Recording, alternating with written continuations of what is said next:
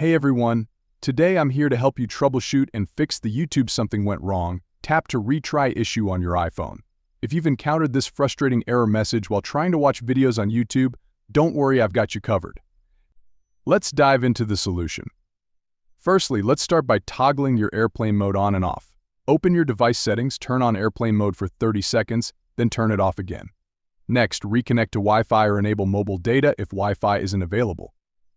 If you're still experiencing the issue, head back to your settings, navigate to screen time, and ensure that content privacy restrictions are turned off. If it's enabled, disable it and then go back. Now, let's ensure that your YouTube app is up to date. Open the App Store, search for YouTube, and update the app if a newer version is available. If the problem persists, make sure your iPhone or iPad is running the latest iOS version. Check for updates in Settings General Software Update and install any available updates.